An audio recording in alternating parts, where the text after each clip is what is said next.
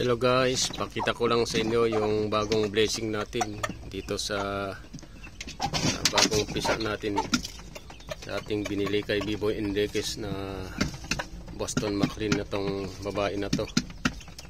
So meron tayong napisa na 5 na sisiw. Bali 3 araw na sila ngayon. So dito muna natin nilagay. Ilipat natin sa susunod na medyo malawak-lawak na kulungan nila.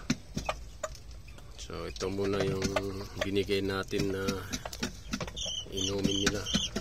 May vitamins yan. So ipakita ko din yung apo nitong babae na may sisiw na rin.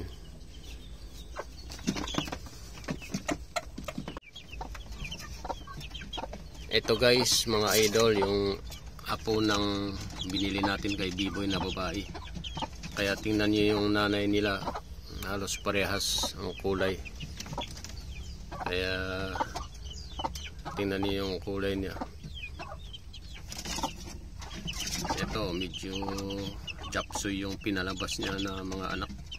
Iba-iba ang kulay.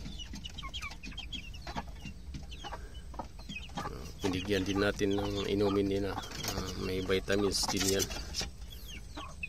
So yan guys yung video natin ngayon. Salamat sa inyong panonood.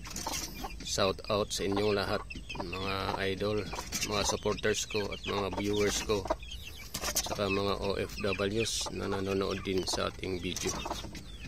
Thank you very much.